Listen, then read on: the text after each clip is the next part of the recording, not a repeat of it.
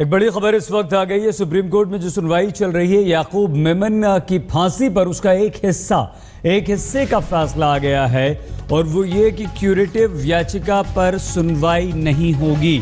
ये एक बड़ा फैसला आया है। याकूब पर भी किसी भी वक्त फैसला संभव है, लेकिन याकूब के वकील ने कल क्यूरेटिव के निपटारे को चुनौती देते हुए एक नई रिट याचिका पेश की थी और इस पर दोनों जजों के जो अलग अलग विचार थे उस पर सुनवाई हो रही थी। और अब ये फैसला सुप्रीम कोर्ट का आया है कि क्यूरेटिव याचिका पर, रिट पर किसी भी तरह की कोई सुनवाई अब संभव नहीं है।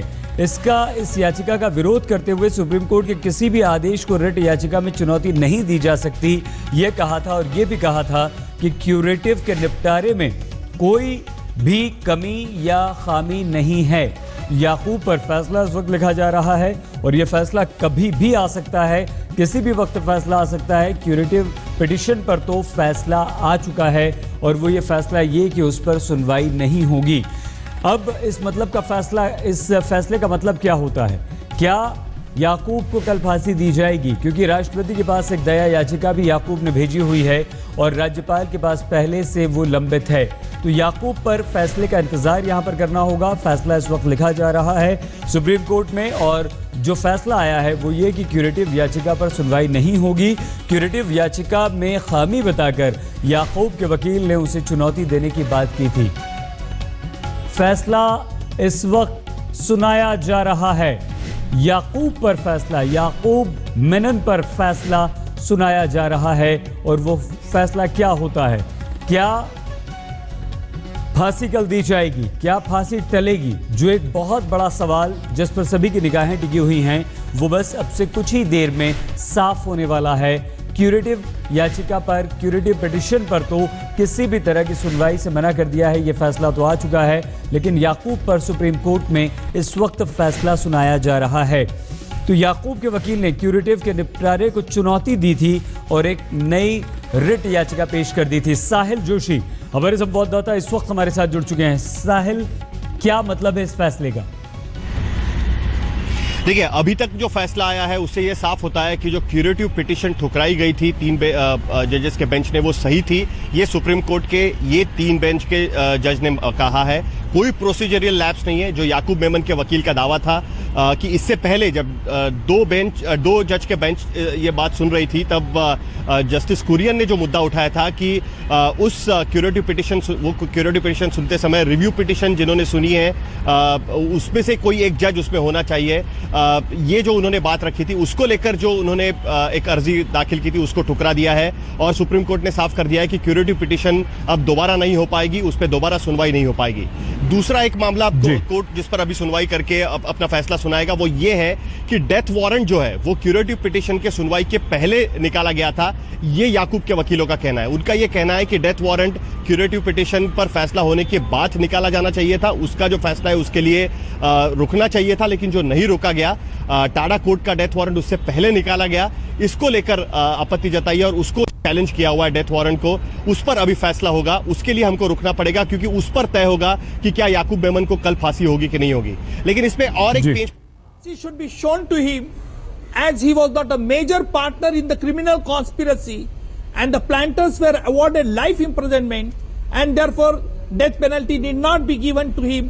That has also been negated by the Supreme Court and in all the grounds has been dismissed by the Supreme Court. Mr. Nikam, what happens given that the mercy plea is still pending before the now the mercy petition of Yacob Memon is pending before the governor of the Maharashtra as well as the president of India, and the governor of Maharashtra and the president of India have to take decision on the mercy petitions of Yacob Memon.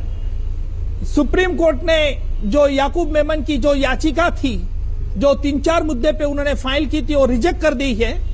लेकिन महाराष्ट्र के governor के पास जो उसका mercy petition pending है, उस पर governor को फैसला सुनाना होगा। और आज जो राष्ट्रपति के पास फैसला सुना, जो पिटीशन 10 सेकंड किया है, उस पे भी राष्ट्रपति महोदय को फैसला सुनाना होगा।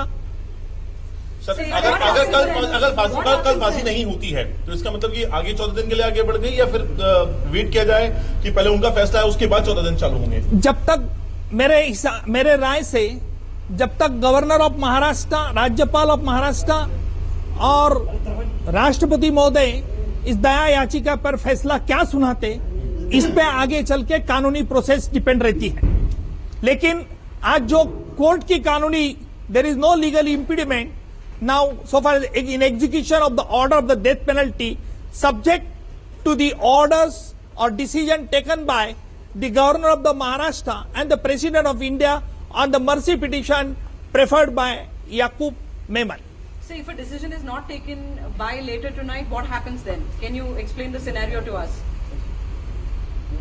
If a decision on the mercy plea is not taken, does that automatically mean that the death warrant cannot be carried out, that the execution cannot take place? See, according to me, the governor and the president, they have to take decision on the mercy petition filed by Yaqub Memon.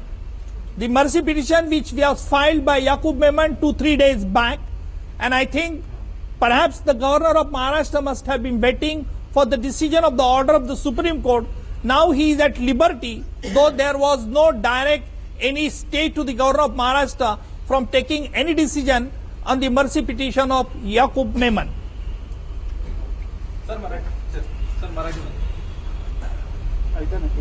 Reject झालाय सर्व.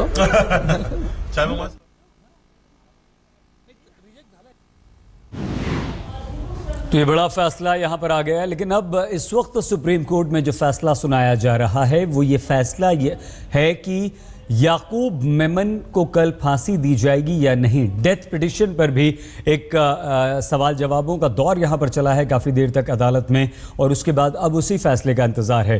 तो अब इंतज़ार सिर्फ इस बात का कि supreme court क्या फ़ैसला सुनाता है, और सुप्रीम कोर्ट के फैसले के बाद ये तय हो जाएगा, क्योंकि काफ़ी चीज़ें यहाँ इस फैसले के बाद साफ हो चुकी हैं। साहिल हमारे साथ लगातार बने हुए हैं।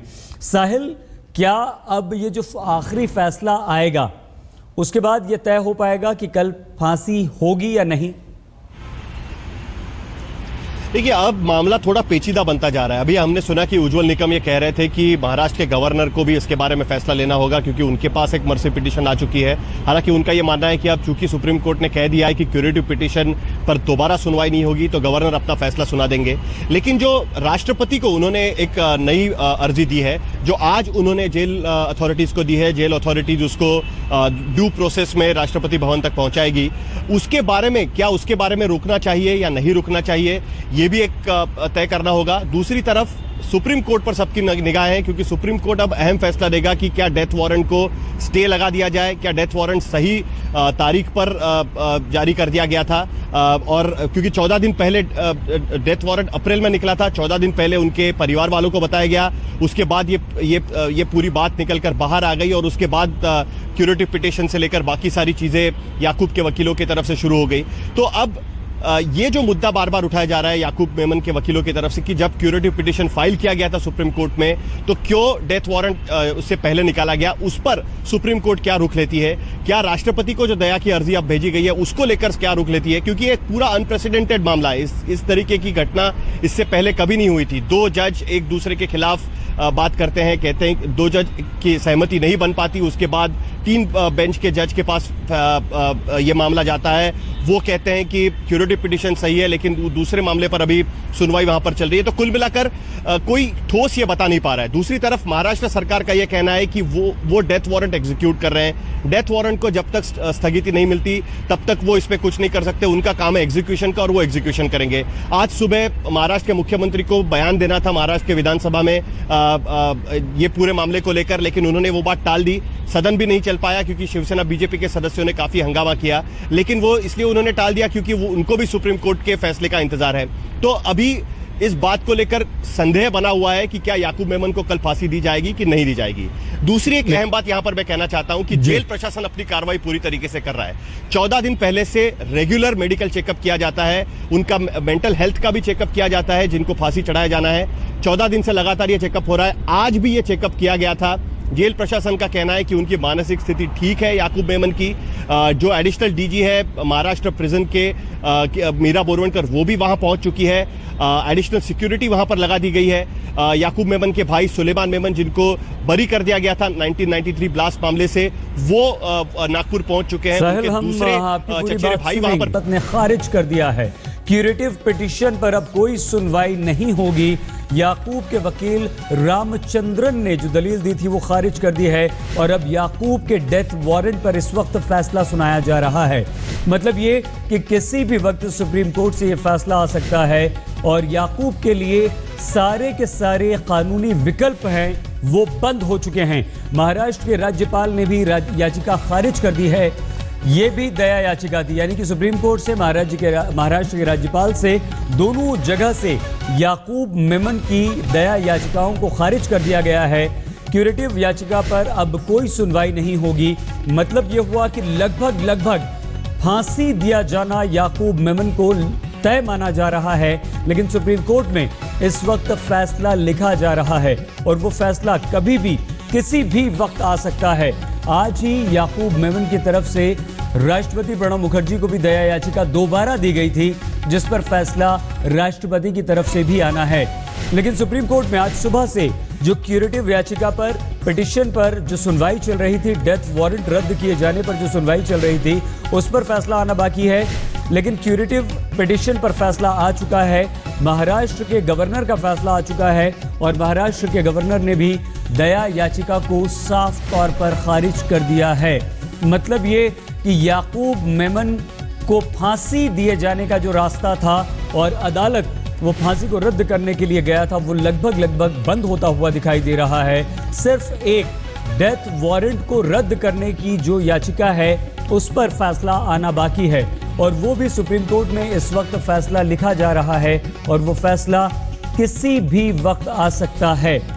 तो इस वक्त की बड़ी खबर यही है कि 1999 मुंबई बम धमाकों के दोषी याकूब मेमन की फांसी को लेकर डेथ वारंट पर फैसला सुप्रीम कोर्ट में लिखा जा रहा है, लेकिन जो क्यूरेटिव पिटीशन थी उसे खारिज अदालत ने कर दिया है और उस पर अब कोई भी सुनवाई नहीं होगी।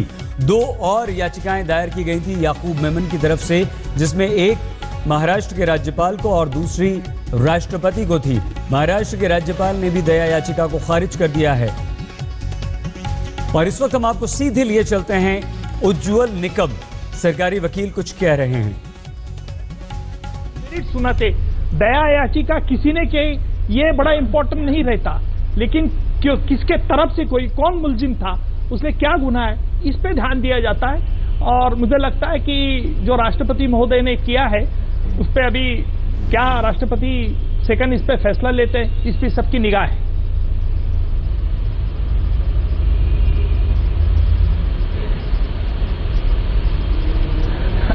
जैसे आज महाराष्ट्र के गवर्नर ने रिजेक्ट कर दी, वैसा वी विल एक्सपेक्ट कि president of India also should take a call on the second mercy petition. अगर नहीं करते तो फिर याकूब को सोचना होगा कि क्या करना होगा।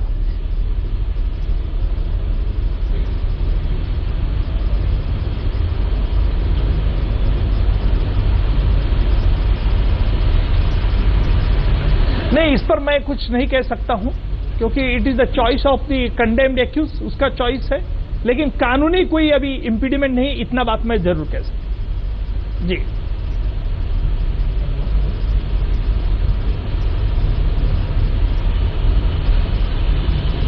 नहीं, जेल अथॉरिटीज अगर जेल से उसने सेकंड याचिका दया याचिका दर्ज की है तो jail authorities consult law and judiciary department of the government of Maharashtra को कंसल्ट कर सकती है कि इस पे क्या करना चाहिए, क्योंकि तारीख तो मुकर्रर है और ये तारीख को तो सुप्रीम कोर्ट ने रोक नहीं लगाई है।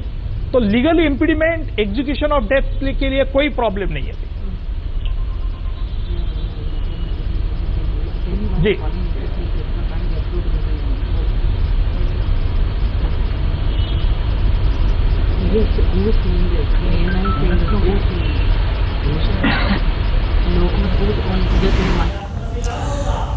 साफ तौर पर इस वक्त हम ये कह सकते हैं कि सुप्रीम कोर्ट से जो फैसला आया है दया याचिका पर, डेथ वारंट पर, लेकिन बड़ी खबर ये आ रही है कि मुख्यमंत्री से मिलने पहुंचे हैं डीजीपी।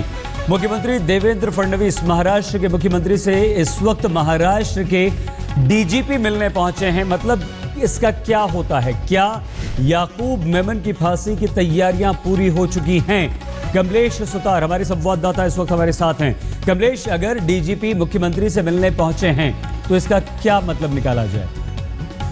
देखिए, जिस तरह से सुप्रीम कोर्ट का निर्णय आने के तुरंत बाद गवर्नर से ये निर्णय आता है, उन्होंने याचिका जो दया याचिका थी उसे खारिज किया है। गवर्नर ऑफिस से भी बताया जा रहा था कि वो सुप्रीम कोर्ट के फैसले का इंतजार कर रहे हैं। जैसे ही सुप्रीम कोर्ट का फैसला आएगा उसके बाद में गवर्नर का फैसला हो जाएगा। इसके बाद अब तुरंत कुछ देर पहले यहाँ पर ये फैसला होने के उसी समय महाराष्ट्र के डीजी यहाँ पर पहुंचे हैं, इनसे मुलाकात करेंगे। इस मुद्दे पर भी बातचीत होगी, जिस तरह से याकूब को तय समय पर फांसी देनी है, किस तरह के सुरक्षा इंतजाम करने, क्योंकि जो लॉ एंड ऑर्डर सिचुएशन है उसको भी मद्देनजर स्टेट को तैयारियां करनी पड़ेगी, खासकर मुंबई जैसी जगहों में और कई सारी संवेदनशील जगहों पे किस तरह की पुलिस इंतजाम रहेंगे, किस तरह की तैयारियां होगी, इन सब का जायजा लिया जाएगा।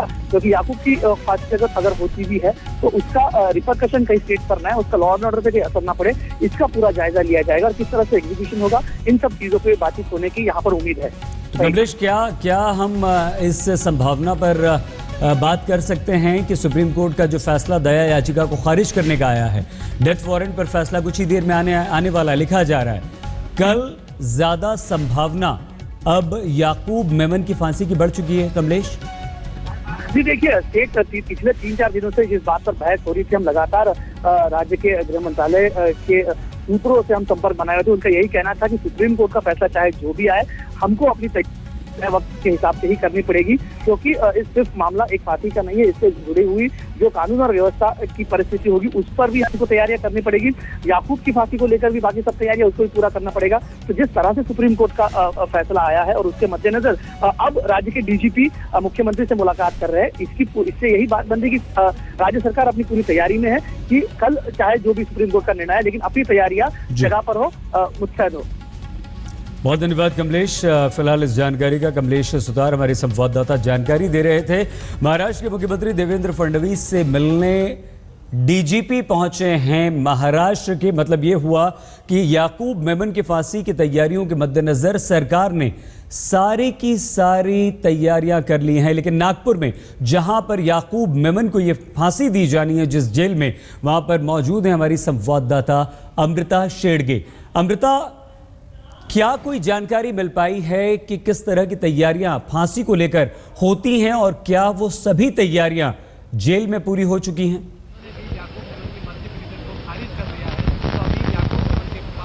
देखिए, जैसे सुप्रीम कोर्ट ने निर्णय दिया उसके तुरंत बाद गवर्नर में भी जो दया याचिका थी वो खारिज कर दी है। और उसके बाद नासिक जेल में जिस तरह के प्रिपरेशन है उसकी अगर बात की जाए तो बहुत दिनों पहले से ये प्रिपरेशन शुरू हो गई थी, क्योंकि जो टाडा कोर्ट की तरफ से हमारी संवाददाता अमृता से हमारा संपर्क इस वक्त नहीं हो पा रहा है, लेकिन नागपुर जेल में क्या तैयारियां चल रही हैं ये भी हम जानकारी हासिल करेंगे। महाराष्ट्र के गवर्नर ने दया याचिका खारिज कर दी है। राष्ट्रपति को भी आज दोबारा याकूब मेमन की तरफ से एक दया याचिका भेजी गई थी, उस पर फैसला आना है। सुप्रीम कोर्ट से फैसला आ चुका है। सुप्रीम कोर्ट ने दया याचिका को खारिज कर दिया है, क्यूरेटिव पिटीशन को रद्द कर दिया है और ये कहा है कि अब उस पर कोई बातचीत नहीं होगी। डेथ वारंट पर इस वक्त फैसला लिखा जा रहा है। याकूब की तरफ से डेथ वारंट को रद्द करने की अर्जी दी गई थी, जिस पर सुबह से सुप्रीम कोर्ट में सुनवाई चल रही है। सुप्रीम कोर्ट में दोनों पक्षों को सुना जा रहा है और सुप्रीम कोर्ट में जब दोनों पक्षों से बात की जा रही थी तो इस डेथ वारंट में कुछ त्रुटियां बताई गई थी, कुछ खामियां बताई गई थी याकूब मेमन के वकील की तरफ से, रामचंद्रन की तरफ से, जिस पर यह बहस हो रही थी। लेकिन अब लगता है कि लगभग ये साफ हो चुका है कि याकूब मेमन को फांसी दी जाएगी। लेकिन अब कुछ ही देर में यह तय हो जाएगा कि क्या ये फांसी कल दी जाएगी, क्या उसी वक्त पर फांसी दी जाएगी जब ये वक्त तय किया गया था, क्योंकि अभी तक 3 विकल्प याकूब मेमन के पास थे, लेकिन अब ऐसा लगता है कि वो तीनों विकल्प खत्म हो चुके हैं। एक फैसला आ चुका है, दूसरे पर फैसला लिखा जा रहा है। महाराष्ट्र के राज्यपाल यानी कि गवर्नर ने अपना फैसला सुना दिया है। राष्ट्रपति के पास जो दया याचिका है उस पर फैसला आना अभी बाकी है।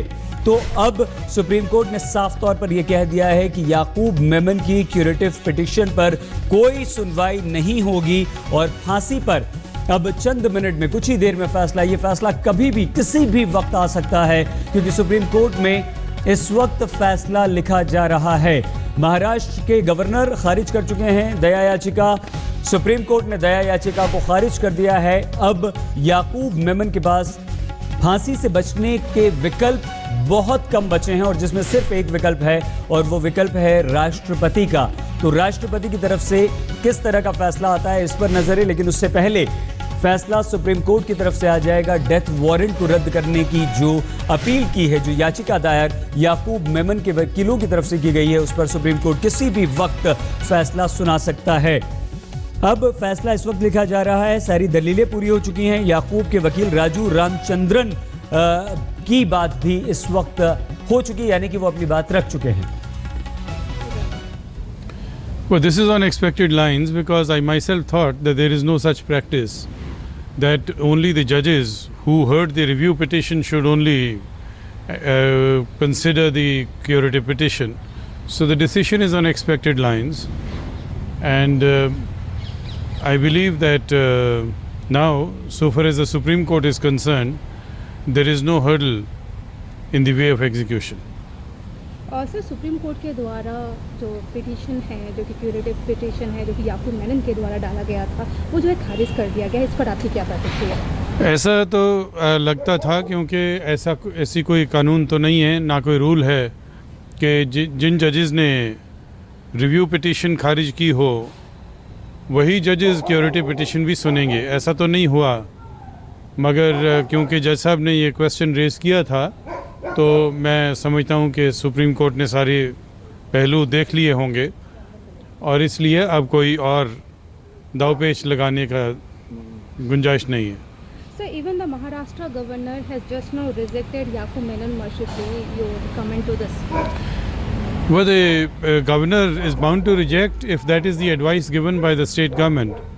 So the state government must have recommended dismissal of the mercy petition by the governor, and the governor has accordingly complied with that. There is nothing surprising, and even the mercy petition which is pending with the president will also follow the advice tendered to him by the government. Sir Maharashtra governor के द्वारा जिस तरह reject कर दिया गया याकूब मेनन की petition, इस पर आपकी क्या प्रतिक्रिया? इस पर यह है कि जो भी सरकार सिफारिश करती है राज्यपाल को, राज्यपाल उससे बाध्य हैं और इसलिए राज्यपाल ने ये फैसला लिया है क्योंकि सरकार ने उनसे यही सिफारिश की होगी। तो क्यूरेटिव पिटीशन को खारिज कर दिया है सुप्रीम कोर्ट ने। महाराष्ट्र के राज्यपाल ने दया याचिका को भी खारिज बरकरार रखने का फैसला सुना दिया गया। ये 3 सदस्यीय बेंच था जिसने ये फैसला लिया। इससे पहले कल 2 सदस्यीय बेंच बंट गया था, लेकिन आज 3 सदस्यीय बेंच ने इस बात पे फैसले पर मुहर लगाई है कि याचिका खारिज हुई है याकूब मेनन की और उसके बाद अब फांसी की सजा बरकरार रखे। इन सब के बीच महाराष्ट्र के राज्यपाल ने भी याकूब की दया याचिका खारिज कर दी है। हालांकि आज दोबारा राष्ट्रपति के दरवाजे पर दया याचिका एक दूसरी भेजी गई याकूब मेनन की तरफ से, लेकिन इससे पहले चूंकि राष्ट्रपति खारिज कर चुके हैं उनकी दया याचिका, तो इसका मतलब है कि मौजूदा वक्त में तीनों स्थितियां अब खिलाफ जा चुकी हैं और जो डेथ वारंट था अब वो एक लिहाज से कहें वो लागू करने की स्थिति में आ चुकी है। और डेथ वारंट का मतलब यह है कि 30 जुलाई जो तय थी, जो कि कल की तारीख है और कल फांसी दिया जाना था, उसको लेकर नागपुर में जो व्यवस्था की जा रही है उसी व्यवस्था के तहत वहां पर व्यवस्था जारी रहेगी। और इन सब के बीच डीजीपी ने मुलाकात की राज्य के मुख्यमंत्री फडणवीस से बाकायदा विधानसभा जाकर, और जो स्थिति है, जो हालात है, केंद्र के जरिए और गृह मंत्रालय के जरिए भी इससे पहले महाराष्ट्र सरकार को इस बात की जानकारी दी जा रही थी और सुरक्षा व्यवस्था के मद्देनजर चीज़ों को देखा जा रहा था। लेकिन लगातार सुप्रीम कोर्ट में जो मसला था उसमें 2-3 स्थितियां थी। एक ये थी कि क्या डेथ वारंट पहले आ सकता है, जब सुप्रीम कोर्ट में मसला है, वो क्यूरेटिव याचिका जो थी उसको सुप्रीम कोर्ट ने खारिज किया। उसके बाद दूसरी स्थिति थी कि जो सारे रास्ते हैं, क्या उन सारे रास्तों के मद्देनजर सुप्रीम कोर्ट को तकनीकी तौर पर रुकना चाहिए। सुप्रीम कोर्ट का कहना है कि वो उस दिशा में नहीं जा सकता है, लेकिन अपने तौर पर जो आज जो सुनवाई हुई उसमें बहुत साफ तौर पर यह सहमति के साथ हुआ कि क्यूरेटिव याचिका खारिज करने के साथ साथ फांसी की सजा जो इससे पहले दी जा चुकी है वो बरकरार रखी जा रही है। अहमद, क्या कहा गया फैसले में? और देखिए प्रसून, दो चीज सबसे अहम है। पहली चीज तो ये कि जो डेथ वारंट टाडा कोर्ट ने इशू किया था उसमें जो त्रुटियां बताई गई थी याकूब मेमन की तरफ से कि प्रोसीजर फॉलो नहीं किया गया है, उन चीजों को खारिज कर दिया है कोर्ट ने। कोर्ट ने कहा जो वारंट इशू किया गया है वो बिल्कुल ठीक है। दूसरी चीज, जो क्यूरेटिव पिटीशन जिस बेंच ने सुना था उसको लेकर जो जस्टिस कुरियन जोसेफ ने भी आपत्ति जताई थी और उसके बाद याकूब की तरफ से इस मामले में याचिका लगा दी गई थी कल ही, उसको भी कोर्ट ने खारिज कर दिया है। कोर्ट ने कहा कि जो क्यूरेटिव पिटीशन सुनने के लिए बेंच बनाई गई थी, जो उसमें प्रक्रिया थी वो बिल्कुल सही थी। चीफ जस्टिस ने अपने विशेषाधिकार का इस्तेमाल करते हुए 3 सीनियर मोस्ट जजेस की एक बेंच बनाई थी और उसने जो सुनवाई करी वो बिल्कुल ठीक थी। तो कुल मिलाकर दोनों जो याचिकाएं थी याकूब की वो खारिज कर दी गई हैं। इसका मतलब ये हुआ कि जो कल का वारंट है वो बरकरार है। अब ये जाहिर सी बात है, ये राज्य सरकार के हाथ में है कि कल वो उसको एग्जीक्यूट करती है वहां पर, ये नहीं करती है। जी, आज जो सहमति हुई उसमें चूंकि 3 सदस्यीय बेंच था, तीनों सदस्यों की वही राय थी, तीनों जस्टिस की। जी हाँ, बिल्कुल ये मेजॉरिटी की वो है, इसमें किसी ने भी जो है विरोध नहीं किया। तीनों जजेस की एक राय थी। काफी लंबी सुबह से जो है करीब 10:35 से प्रसून ये सुनवाई शुरू हुई थी।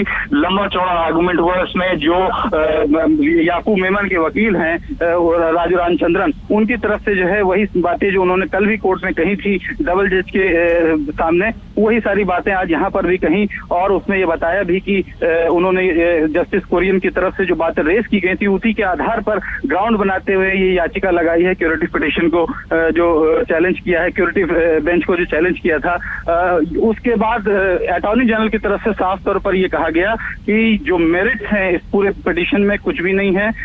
सारे जो लीगल रेमेडीज हैं, यानी कि जो एक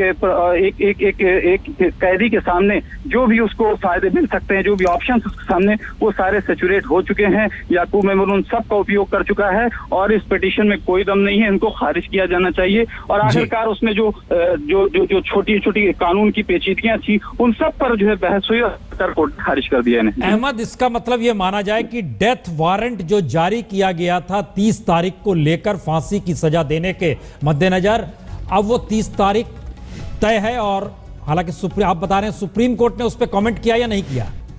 देखिए, वो सुप्रीम कोर्ट का जो है काम नहीं है। सुप्रीम कोर्ट को करना था कि जो वारंट इश्यू किया गया था वो सही है या गलत है, उसकी लीगैलिटी को देखना था, उसकी कॉन्स्टिट्यूशनैलिटी को देखना था, यानी वो संवैधानिक तौर पर सही है या नहीं। कोर्ट ने कहा कि वो वारंट संवैधानिक तौर पर सही है और जो भी प्लीज थी यहाँ पर कि राज्यपाल के सामने याचिका लंबित है, इन सब चीजों को जो है कोर्ट ने नजरअंदाज किया है।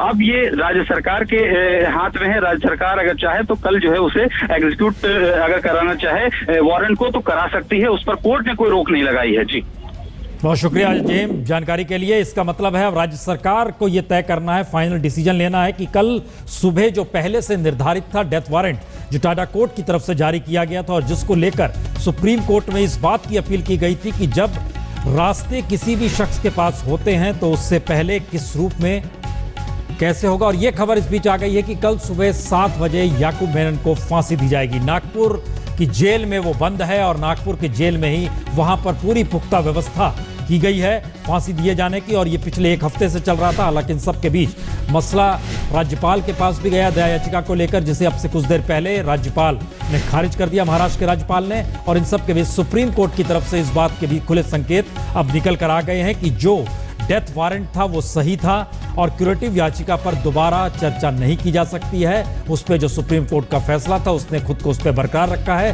3 सदस्यीय बेंच की तरफ से यह मोहर लगाई गई है और उसमें सहमति के साथ इस दिशा में कदम बढ़ाया गया है। और जो जानकारी आ रही है उसमें कल सुबह 7 बजे नागपुर की जेल में यह फांसी की सजा दी जाएगी। इससे पहले नागपुर की जेल में पुख्ता व्यवस्था भी की जा चुकी है और वो लगातार इन सब की जानकारी देने के लिए ही महाराष्ट्र के डीजीपी ने मुलाकात राज्य के मुख्यमंत्री फडणवीस से की है और उन सारी बातों को वहां पर जानकारी दी है कि किस रूप में याकूब की फांसी को वहां पर तो सुप्रीम कोर्ट ने मुहर लगाई, फांसी बरकरार रखी, राज्यपाल ने दया याचिका खारिज की और इन सब के बीच टेक्निकलिटीज के चलते जिस दिशा में कदम बढ़ाया गया था आज राष्ट्रपति को दिया गया था। किसकी तरफ से हम government officer, government advocate, state government, पूरा नाम पहले Shivpati B Pandey, B Pandey.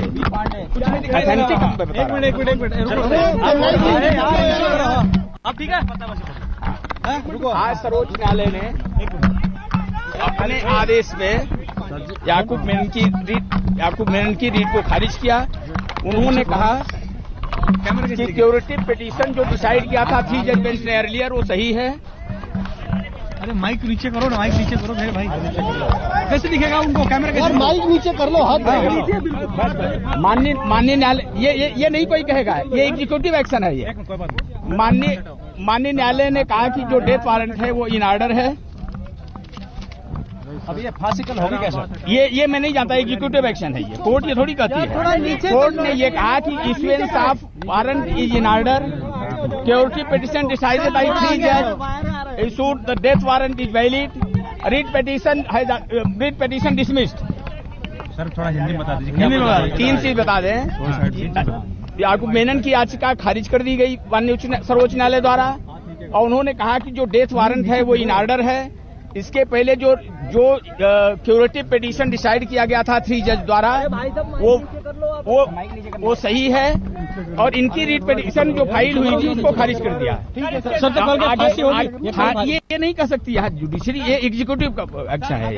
Supreme court ने रोक नहीं लगाई, कतई नहीं, रोक ही नहीं लगाई, उनकी याचिका पूरी खारिज कर दी। फांसी पहल है ना सर? ये तो एग्जीक्यूटिव एक्शन है, इससे इनका क्या लेना देना है? न्यायपालिका थोड़ी इसको कहेगी। मान सकते हैं कल फांसी होगी इसको? ये एग्जीक्यूटिव ये सुप्रीम कोर्ट नहीं कर सकता इस बात को। सुप्रीम कोर्ट ने ये कहा कि जो उनकी याचिका आई तो मुस्तक कर दी गई हो, दोनों याचिका बस दोनों डिसमिस हुई।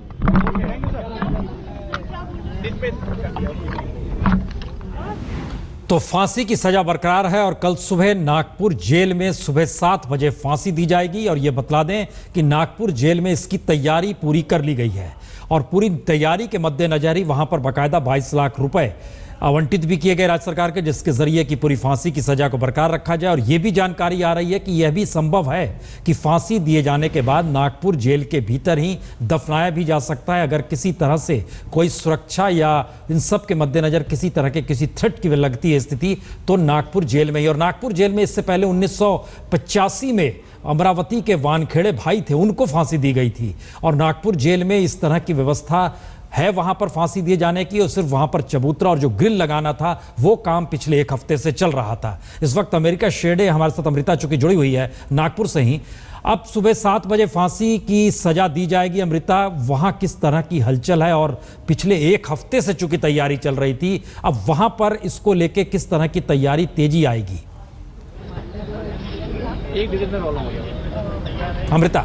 प्रसून, देखिए लगभग अब ये तय हो चुका है कि याकूब मेनन को कल फांसी दी जाएगी। डेथ वारंट के ऊपर जो डेट लिखी गई थी वो 30 जुलाई की है, यानी कल की डेट है, और 7 बजे का वक्त लिखा गया है जो डेथ वारंट आया है उसमें।